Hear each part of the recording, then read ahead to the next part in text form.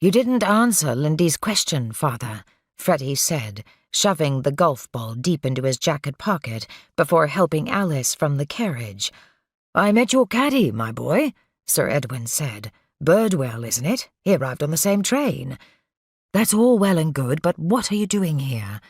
Stella looked past the baronet toward the still-open doorway. Of course she was curious why Sir Edwin was here, but cared more about the missing McEwens. Hints of the warmly stained mahogany wall paneling of the inner hall outlined the manor's formidable butler in a black suit and tie, who blocked the entrance with his demeanor as well as his size. A soldier whose sole weapon was his stony stare, he guarded his master's keep like a brick wall. But where was the master of the house, and why wasn't he here? Stella voiced her questions as Freddie fervently repeated, "What are you doing here, Father?" Whisking the fedora from his head to rake fingers through his full head of hair, Sir Edwin chose to answer Freddie's question instead.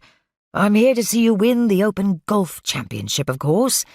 With the artistry of a magician, he deflected Freddie's attention and any further inquiries by slapping his hat back on and paternally cupping Alice's cheek.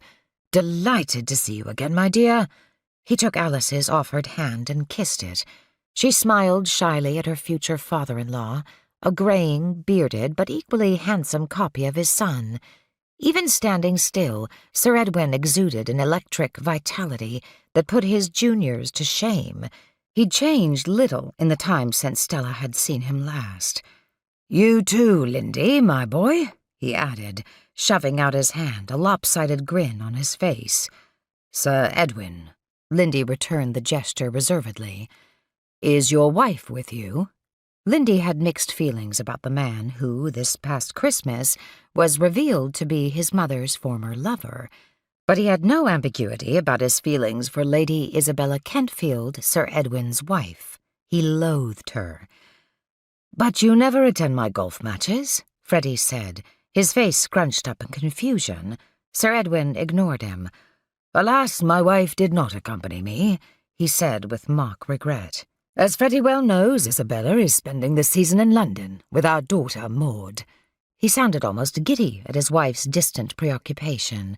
Everyone knew there was no love lost between them. "She will indeed miss seeing you again, Lady Lyndhurst. And horses have wings. Always it's a great pleasure, my girl." "Nice to see you too, Sir Edwin."